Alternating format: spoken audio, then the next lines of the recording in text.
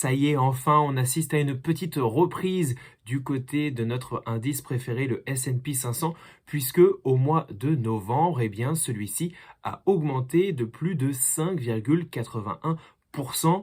Enfin, on remonte un petit peu la courbe. Mais malgré tout, le S&P 500, depuis le début de l'année, eh bien, il enregistre une performance négative de moins 15,11%. Mais du côté du CAC 40, on fait un petit peu mieux, puisque au mois de novembre, le CAC 40 a augmenté de plus de 6,48%. Et la performance du CAC 40 depuis le début de l'année, eh bien, petit à petit, elle commence à prendre un peu plus de couleur ou à être un peu moins dans le rouge, puisque depuis le début de l'année, le CAC 40 enregistre une performance négative. Oui, mais seulement de moins 6,58%. Et comme tous les mois, je vais te montrer dans cette vidéo quelles sont les entreprises françaises et américaines qui m'ont versé un dividende ce mois-ci. Je vais également te montrer le montant que j'ai reçu de la part de toutes ces entreprises. Et enfin, je te montrerai combien j'ai investi ce mois-ci à la fois sur mon PEA et sur mon compte titre ordinaire. Donc, on y va tout de suite et n'oublie pas de t'abonner et de mettre un petit pouce j'aime pour augmenter mon référencement. Ça va m'aider, ça va être génial. Et on commence tout de suite. Et comme chaque mois, je traque l'ensemble des dividendes que je reçois et tu peux le voir, depuis le début de l'année, j'ai reçu la coquette somme de 992,92 € à la fois sur mon compte titre ordinaire et sur mon PEA. C'est le combo des deux. Et sur la partie compte titre ordinaire, j'ai enlevé le prélèvement à la source américain. Alors si j'ai reçu 62 € au mois d'octobre, combien j'ai reçu de dividendes au mois de novembre? Eh bien, on y passe tout de suite. J'ai reçu ce mois-ci des dividendes de 11 entreprises américaines et 2 entreprises françaises. On va d'abord voir les 2 premières françaises. Et celle qui m'a versé un dividende au mois de novembre, c'est Vinci. Et concernant Vinci, on a un élément intéressant dans l'actualité puisque l'entreprise va faire l'acquisition de 55% de Entrevias, qui est une compagnie brésilienne dans les concessions autoroutières. L'entreprise Vinci va donc acquérir une participation majoritaire sur un autoroute qui traverse l'état de São Paulo du nord au sud. On a un peu plus de détails concernant la concession et la durée du bail puisque Vinci nous dit qu'elle a signé une durée résiduelle de 25 ans qui comprend 2 sections d'une longueur cumulée de 570 km² qui ont enregistré environ 30 millions de transactions en 2021. C'est quand même assez colossal. Alors après cette annonce positive pour les investisseurs de Vinci, eh bien, voyons un petit peu ce qu'il s'est passé du côté du cours de l'entreprise depuis son introduction en bourse. Et là, on voit que son cours a augmenté de plus de 1393% au moment où je fais cette vidéo. Vinci m'a versé ce mois-ci un dividende de 5 € tout rond et le rendement du dividende actuel est de 3,31%. Et la deuxième entreprise française à m'avoir versé un dividende ce mois-ci, c'est l'iconique Pernod Ricard. Et en plus d'avoir fait l'entrée dans mon portefeuille, puisque je ne possédais pas d'actions auparavant, eh bien, j'ai reçu un petit dividende au mois de décembre. Donc, c'est génial. Et ce qui me plaît chez Pernod Ricard, c'est qu'on est dans une entreprise familiale qui a véritablement une culture des actionnaires et qui, en plus, est toujours actionnaire majoritaire. Donc ça, j'aime beaucoup quand la famille reste au pouvoir de l'entreprise. Et c'est ce qu'on pouvait lire dans cet article qui a été publié chez Entreprendre, où l'héritier Alexandre Ricard nous dit vouloir devenir le numéro 1 mondial de son domaine. Et Alexandre semble plutôt bien parti puisque sur la période 2021-2022, Pernod Ricard a vu ses revenus exploser de plus de 21% pour atteindre quasiment 11 milliards d'euros. C'est un record pour ce groupe français, nous dit l'article. Et ces revenus, ils sont boostés par des pays comme l'Inde, la Turquie, la Chine, l'Afrique subsaharienne et l'Europe. Et je te le disais, les héritiers Ricard détiennent encore entre 13 et 14% du capital de Pernod Ricard et restent le premier actionnaire, ce qui leur permet de ne pas être prisonniers de la tyrannie du court-termiste et d'agir toujours en vue du long terme. C'est magnifique. Et ça, on aime. En bref, Pernod Ricard, c'est un groupe avec plus de 240 marques iconiques premium, le tout implanté dans plus de 160 pays avec une distribution de leurs marques et dans 74 pays où l'entreprise dispose de leur propre force de vente. Le revenu opérationnel courant est de 3 milliards d'euros et le reported net profit, donc le bénéfice net rapporté, a augmenté de plus 53%. Pernod Ricard, depuis son introduction en bourse, a vu son cours de bourse littéralement exploser puisque l'entreprise enregistre une performance de plus de 1102% au moment où je fais cette vidéo. Et l'entreprise, elle, m'a versé un premier dividende de 2,56 €.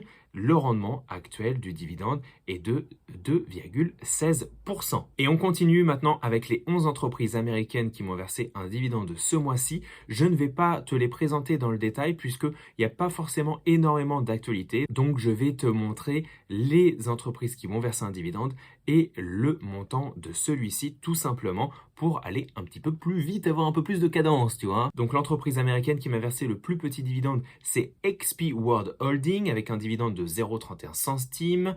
Ensuite, on a CVS Health, les pharmacies aux États-Unis, qui m'ont versé un dividende de 1,40 €.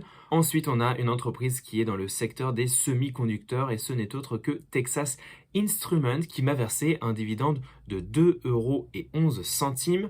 Ensuite, on a EOG Resources, une entreprise dans le secteur de l'énergie et majoritairement de l'extraction de pétrole, qui m'a versé un dividende de 2,55 €. Ensuite, une foncière immobilière aux États-Unis également, qui m'a versé un dividende, c'est Stag Industrial, avec un dividende de 2,58 €. On continue avec AT&T qui m'a versé un dividende de 2,83 €. Et d'ailleurs, je t'annonce avoir clôturé ma position chez AT&T. Je ne possède plus d'actions dans cette entreprise de télécom. Il me reste par contre des parts de Verizon qui est son compétiteur et qui pour moi a une situation financière un peu plus saine que AT&T. Je suis donc complètement sorti de AT&T. Ciao, ciao, bye bye. Ensuite, on a Realty Income, The Monthly Dividend Company, qui m'a versé un dividende de 3,37 €. On a une news du côté de Realty Income, une news positive pour les investisseurs, puisque Realty Income clôture l'achat de 1,7 milliard de dollars de Encore Boston Harbor, qui est dans le secteur du jeu et des casinos. Il s'agit de la première acquisition de Realty Income dans l'industrie du jeu. Et une fois la transaction conclue, Wynn Resorts, qui est une compagnie qui exploite des casinos, qui fait le business du casino, tu peux te rappeler peut-être de la série Las Vegas, qui passait sur TF1 le dimanche après-midi. Et ben voilà, Wynn Resorts, on les voit, ils ne possèdent pas les bâtiments, mais par contre, c'est eux qui gèrent la moula et les jeux. Faites vos jeux, rien ne va plus, c'est la maison qui gagne, comme à chaque fois. Et donc c'est Wynn Resorts qui continuera d'exploiter les activités de villégiature qui sont intégrées au jeu d'Encore Boston Harbor dans le cadre d'un bail triple net avec Realty Income. Et les beaux triple net, tu sais que j'adore ça. Pourquoi? Parce que Realty Income, eux, ils vont être tranquilles, peinards, ils n'ont à s'occuper de rien. Et s'il y a besoin de rénovation, de travaux, d'aménagement, de payer les taxes, etc., c'est Wynn Resorts qui va s'occuper de tout. Pour Realty Income, c'est tout bénef, on a un cash flow prévisible, on sait que le revenu va rentrer dans les caisses et on a juste à compter les billets. J'adore. Et l'article continue en nous disant que cette transaction reflète la stratégie de Realty Income consistant à utiliser sa plateforme et son échelle à acheter des actifs immobiliers de premier ordre dans un éventail d'industries et à s'associer avec des entreprises blue chip de l'industrie. Et honnêtement, j'étais un peu surpris de ce move de Realty Income puisque on a une foncière immobilière américaine qui est dédiée à l'exploitation des casinos et des resorts de jeux, etc., qui n'est autre que Vici. Et donc, j'étais un peu étonné de voir Realty Income venir un peu concurrencer ou manger les plates-bandes de Vici.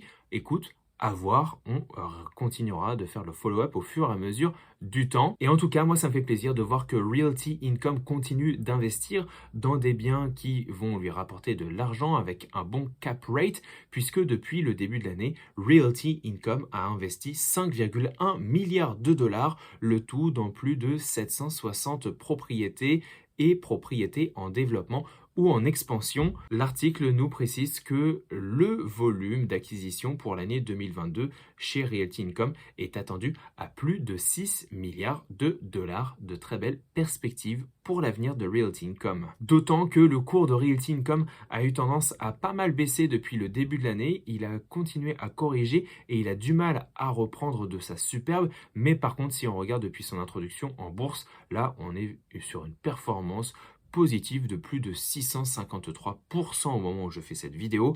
Et comme je te l'ai dit, Realty Income va verser un dividende de 3,37 € et propose actuellement un rendement du dividende de 4,73%. On continue avec les autres entreprises américaines qui m'ont versé un dividende ce mois-ci. La prochaine, ce n'est autre que EPR Properties de Diversified Experimental REITs qui m'a versé, elle, un dividende de 3,74 €. Ensuite, on a Medifast qui est dans le secteur de la santé et du bien-être, etc. pour aider les gens à maigrir, qui m'a versé un dividende de 4,18 €. Ensuite, on a l'incorrigible et l'incontournable Procter & Gamble qui m'a versé un dividende au mois de novembre de 4,66 €.